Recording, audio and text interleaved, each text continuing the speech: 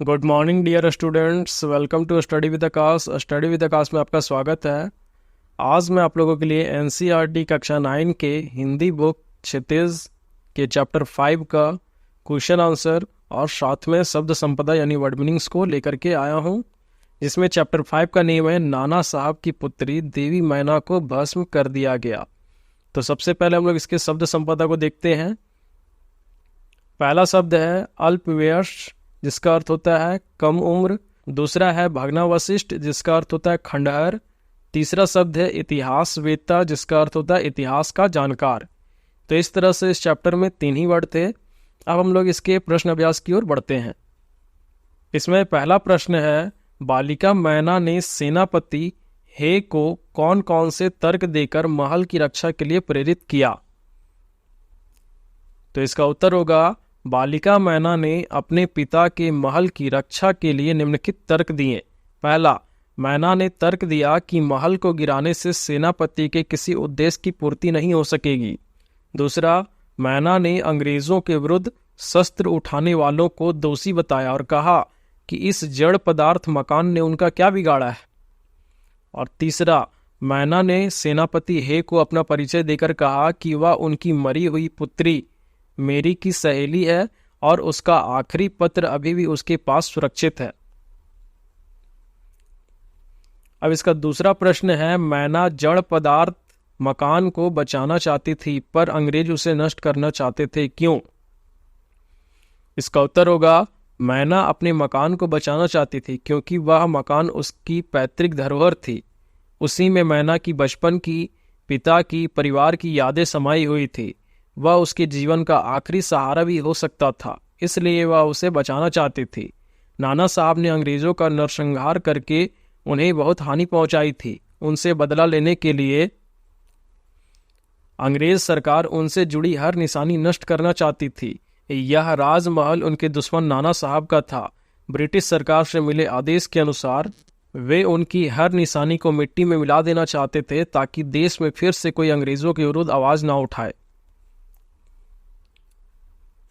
तीसरा प्रश्न है, सर टॉमस हे के मैना पर दया भाव के क्या कारण थे? इसका उत्तर होगा, मैना सर टॉमस हे की मृत पुत्री मेरी की प्रिय सखी थी। दूसरा कारण यह रहा होगा कि हे मैना के घर आते रहे होंगे और तब वे मैना को अपनी पुत्री के समान ही प्यार करते थे। मैना के रूप में उन्हें अपनी मृत पुत्री मेरी की छवि दिखाई दी होगी और उनके मन में ममता जाग गई होगी। उन्हें मैना के तर्कों में सच्चाई नजर आई होगी। ये सभी कारण रहे होंगे कि हे के मन में मैना के प्रति दया भाव उत्पन्न हुआ। अब इसका चौथा प्रश्न है, मैना की अंतिम इच्छा थी कि वह उस प्रासाद के ढेर पर बैठकर जी भरकर रो ले, लेकिन पाषाण हृदय वाले जनरल ने किस भय से उसकी इच्छा पूरी न होने दी? इसका उत्तर होगा, मैना महल के ढेर पर बैठकर जी भरकर रो लेना चाहती थी पर पाषाण हृदय जनरल आउट्रम ने उसकी यह इच्छा पूरी ना होने दी। जनरल आउट्रम के मन में भय रहा होगा कि अगर उसने नाना साहब की बेटी के प्रति जरा भी सहानुभूति दिखाई तो ब्रिटिश सरकार का गुस्सा उन पर फूट पड़ेगा। उसे इसके लिए कठोर दंड भी मिल सकता है। इस कारण उसने मैना की यह छोटी सी इच्छा भी पूरी ना होने दी। अब इसका पांचवा प्रश्न है, बालिका मैना के चरित्र की कौन कौन सी विशेषताएं आप अपनाना चाहेंगे और क्यों? इसका उत्तर होगा, बालिका मैना के चरित्र से हम देश प्रेम की भावना, साहस, स्पष्ट वक्ता, निडरता, भावुकता और तर्कशीलता की विशेषताएं अपनाना चाहेंगे, क्योंकि ये कुछ ऐसे गुण हैं जिससे मनुष्य का चारित्रिक विकास होता है और वह अपने साथ साथ देश के विकास में सहभागी बन सकता है। अब इसका छठा प्रश्न है, टाइम्स पत्र ने 6 सितंबर को लिखा था, बड़े दुख का विषय है कि भारत सरकार आज तक उस दुर्दांत नाना साहब को नहीं पकड़ सकी। इस वाक्य में भारत सरकार से क्या आशय है? इसका उत्तर होगा, यहाँ भारत सरकार से आशय है ब्रिटिश शासन के आदेशों के अंतर्गत चलने वाली ऐसी सरकार जिसे अंग्रेज अधिकारी उनके नाम पर चलाते थे। अब इसके आगे रचना और अभिव्यक्ति से 7वां प्रश्न है, स्वाधीनता आंदोलन को आगे बढ़ाने में इस प्रकार के लेखन की क्या भूमिका रही होगी? तो इसका उत्तर होगा, स्वाधीनता आंदोलन को आगे बढ़ाने में तथा समाज के लोगों तक संदेश पहुंचाने में इन लेखों की भूमिका महत्वपूर्ण रही होगी। लोग जब अंग्रेजों के अत्याचारों को पढ़ते होंगे तो उनके विरुद्ध आक्रोश से भर जाते होंगे और संघर्ष के लिए तत्पर हो जाते होंगे। जब उन्होंने मैना जैसी निडर बालिका के निर्मम वध की बात सुनी तो उनका हृदय करुणा और श्रद्धा से भर उठा और मैना के बलिदान से उन्हें देशभक्ति की प्रेरणा मिली। यही भाव स्वाधीनता आंदोलन को आगे बढ़ाने में मददगार सिद्ध हुआ होगा। अब इसका 8वां प्रश्न है, कल्पना कीजिए कि मैना के बलिदान की यह खबर आपको रेडियो पर प्रस्तुत करनी है। इन सूचनाओं के आधार पर आप एक रेडियो समाचार तैयार करें और कक्षा में भावपूर्ण शैली में पढ़ें। इसका उत्तर होगा, यह आकाशवाणी का कानपुर चैनल है। आज आपके समक्ष संध्या समाचार की बेला में मैना देवी के बलिदान पर संक्षिप्त विवरण के प्रस्तुत करता है श्री रवि वर्मा जी। अत्यंत दुख के साथ यह सूचित किया जाता है कि कल सायंकाल मैना देवी का देहावसान हो गया। अंग्रेज जनरल आउट्रम के द्वारा बड़ी ही अमानवीयता के साथ मैना देवी को जलती हुई आग में भस्म कर दिया गया। सारा शहर इस घटना से अत्यंत क्रुद्ध तथा दुखी है। भले ही आज मैना देवी इस नश्वर संसार को त्याग कर परम धाम चली गई है, परंतु उनका यह बलिदान व्यर्थ नहीं जाएगा, जो आने वाले समय में देशवासियों को निश्चित रूप से प्रेरणा प्रदान करता रहेगा। धन्यवाद। अब इसका 9 नंबर का प्रश्न है, इस पाठ में रिपोर्टाज के प्रारंभिक रूप की झलक मिलती है, लेकिन आज अखबारों में अधिकांश खबरें रिपोर्टाज की शैली में लिखी जाती हैं। आप का नंबर में कोई 2 खबरें किसी अखबार से काटकर अपनी कॉपी में चिपकाई तथा कक्षा में पढ़कर सुनाइए। इसका उत्तर होगा नव भारत टाइम्स 25 सितंबर 2018। पहली ही कोशिश में मंगल तक पहुंचा भारत अंतरिक्ष अनुसंधान के क्षेत्र में भारत ने आज नायाब उपलब्धि हासिल की है। भारतीय अनुसंधान संस्थान इसरो का मार्स ऑर्बिटर मिशन यानी मंगलयान सुबह 8 बजे के करीब मंगल की कक्षा में प्रवेश कर गया। यह उपलब्धि हासिल करने के बाद भारत दुनिया का पहला ऐसा देश बन गया जिसने अपने पहले ही प्रयास में सफलता अर्जित की है। एशिया से कोई भी देश अब तक यह सफलता हासिल नहीं कर सका है। चीन और जापान के अब तक सभी प्रयास विफल रहे हैं, जबकि अमेरिका को मंगल तक पहुंचने के लिए 7 प्रयास करने पड़े थे। अमेरिका अंतरिक्ष एजेंसी नासा और मावेन की टीम ने भारतीय यान के मंगल की कक्षा में सफलतापूर्वक पहुंचने के लिए इसरो को बधाई दी है। नव भारत टाइम्स 29 सितंबर 2018। बाढ़ से 1 लाख करोड़ रुपए के नुकसान का अनुमान जम्मू कश्मीर सरकार ने आज बताया है कि राज्य में बाढ़ के कारण लगभग 1 करोड़ रुपए के नुकसान का आकलन किया गया है। राज्य की उमर अब्दुल सरकार ने उम्मीद जताई है कि केंद्र प्रभावित लोगों को ज़्यादा से ज़्यादा सहायता मुहैया कराएगा। मुख्य सचिव मोहम्मद इकबाल खांडे ने पत्रकारों से कहा कि बाढ़ के कारण 1 लाख करोड़ रुपए का नुकसान हुआ है।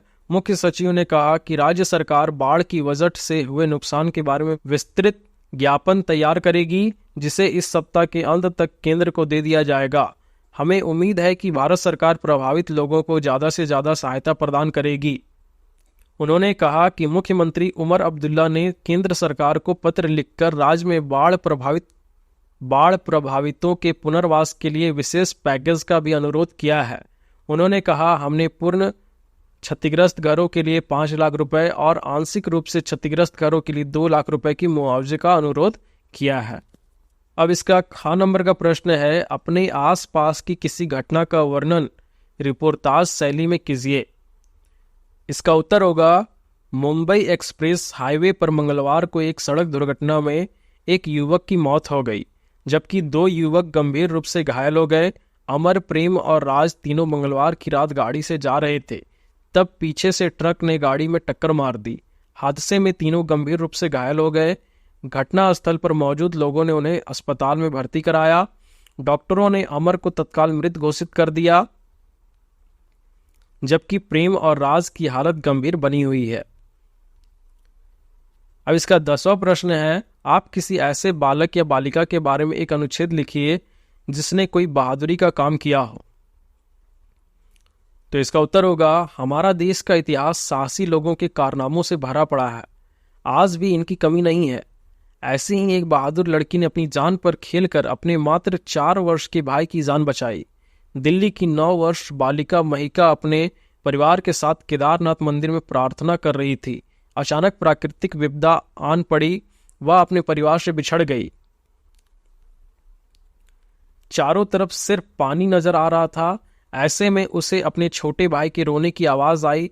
तैरना ना आने के बावजूद वह बिना कुछ सोचे समझे पानी में कूद गई और अपने भाई को ढूंढकर सुरक्षित स्थान पर ले गई। 3 दिन तक वह भूखी प्यासी अपने भाई को पकड़े बैठी रही। उसके इस साहस के लिए उसे राष्ट्रीय बहादुरी पुरस्कार देकर सम्मानित किया गया।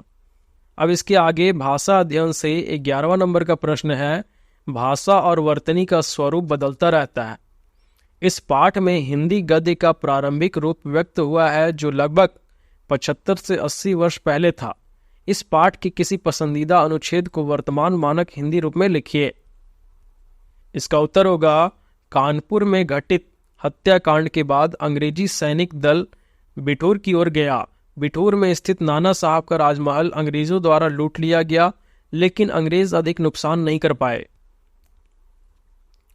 इसके बाद अंग्रेजों ने तोप द्वारा नाना साहब के महल को उड़ा देना चाहा। तभी महल के बरामदे में एक सुंदर बालिका आकर खड़ी हो गई। यह देखकर अंग्रेजी सेना को हैरानी हुई, क्योंकि महल को लूटते समय यह बालिका वहां दिखाई नहीं दी थी। अब इसके आगे पाठेतर सक्रियता से 12वां नंबर का प्रश्न है, आप पठित गद्यांश को पढ़कर दिए गए प्रश्नों के उत्तर दीजिए।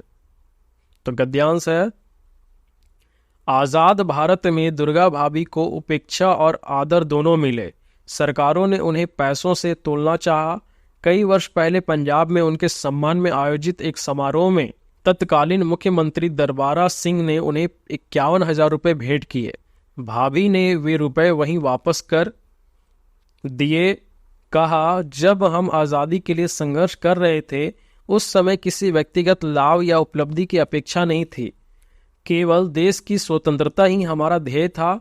उस ध्येय पथ पर हमारे कितने ही साथी अपना सर्वस्व न्यौछावर कर गए, शहीद हो गए। मैं चाहती हूं कि मुझे जो 51,000 रुपये दिए गए हैं उस धन से यहाँ शहीदों का एक बड़ा स्मारक बना दिया जाए, जिसमें क्रांतिकारी आंदोलन के इतिहास का अध्ययन और अध्यापन हो, क्योंकि देश की नई पीढ़ी को इसकी बहुत आवश्यकता है। मुझे याद आता है सन 1937 का जमाना, जब कुछ क्रांतिकारी साथियों ने गाजियाबाद तार भेजकर भाभी से चुनाव लड़ने की प्रार्थना की थी। भाभी ने उत्तर दिया, चुनाव में मेरी कोई दिलचस्पी नहीं है, अतः लड़ने का प्रश्न ही नहीं उठता। मुल्क के स्वाधीन होने के बाद की राजनीति भाभी को कभी रास नहीं आई। अनेक शीर्ष नेताओं से निकट संपर्क होने के बाद भी वे संसदीय राजनीति से दूर ही बनी रही। शायद इसलिए अपने जीवन का शेष हिस्सा नई पीढ़ी के निर्माण के लिए अपने विद्यालय को उन्होंने समर्पित कर दिया। अब इसमें पहला प्रश्न है, स्वतंत्र भारत में दुर्गा भाभी का सम्मान किस प्रकार से किया गया? इसका उत्तर होगा, स्वतंत्र भारत में दुर्गा भाभी को 2 तरह से सम्मानित किया गया। पहला, उनके सम्मान में एक समारोह का आयोजन किया गया, और दूसरा, पंजाब के तत्कालीन मुख्यमंत्री दरबारा सिंह ने उन्हें 51,000 रुपये भेंट किए। अब इसका दूसरा प्रश्न है, दुर्गा भाभी ने भेंट स्वरूप प्रदान किए गए रुपए लेने से इनकार क्यों कर दिया? इसका उत्तर होगा, दुर्गा भाभी ने भेंट स्वरूप प्रदान किए गए रुपए लेने से इसलिए इनकार कर दिया क्योंकि उन्होंने आज़ादी के लिए जो संघर्ष किया था उसका मूल्य नहीं लेना चाहती थी। अब इसका तीसरा प्रश्न है, दुर्गा भाभी संसदीय राजनीति से दूर क्यों रही? इसका उत्तर होगा, दुर्गा भाभी संसदीय राजनीति से इसलिए दूर रही क्योंकि राजनीति में उनकी रुचि नहीं थी। अब इसका चौथा प्रश्न है, आज़ादी के बाद उन्होंने अपने को किस प्रकार व्यस्त रखा? इसका उत्तर होगा, आज़ादी के बाद दुर्गा भाभी ने नई पीढ़ी के निर्माण के लिए एक स्कूल खोला और वे उसी में पूरी व्यस्त हो गई। अब इसका पांचवा प्रश्न है, दुर्गा भाभी के व्यक्तित्व की कौन सी विशेषता आप अपनाना चाहेंगे? तो इसका उत्तर होगा, मैं दुर्गा भाभी के चरित्र से निम्नलिखित विशेषताएं अपनाना चाहूंगा, जैसे पहला, निस्वार्थ देश प्रेम, दूसरा, नई पीढ़ी के चरित्र निर्माण में रुचि, तीसरा, देश हित में त्याग, चौथा, दृढ़ निश्चय, पांचवा, कर्म में विश्वास। तो इस तरह से आपका ये चैप्टर कंप्लीट होता है। अगर आपको मेरी वीडियो अच्छी लगती है तो अपने दोस्तों के साथ शेयर करें, लाइक करें, कमेंट करें, और अगर चैनल पे नए हैं तो चैनल को जल्दी से सब्सक्राइब करें, क्योंकि रोज़ मैं आपके लिए इसी तरह से नई नई वीडियोज़ लाता रहता हूँ। धन्यवाद।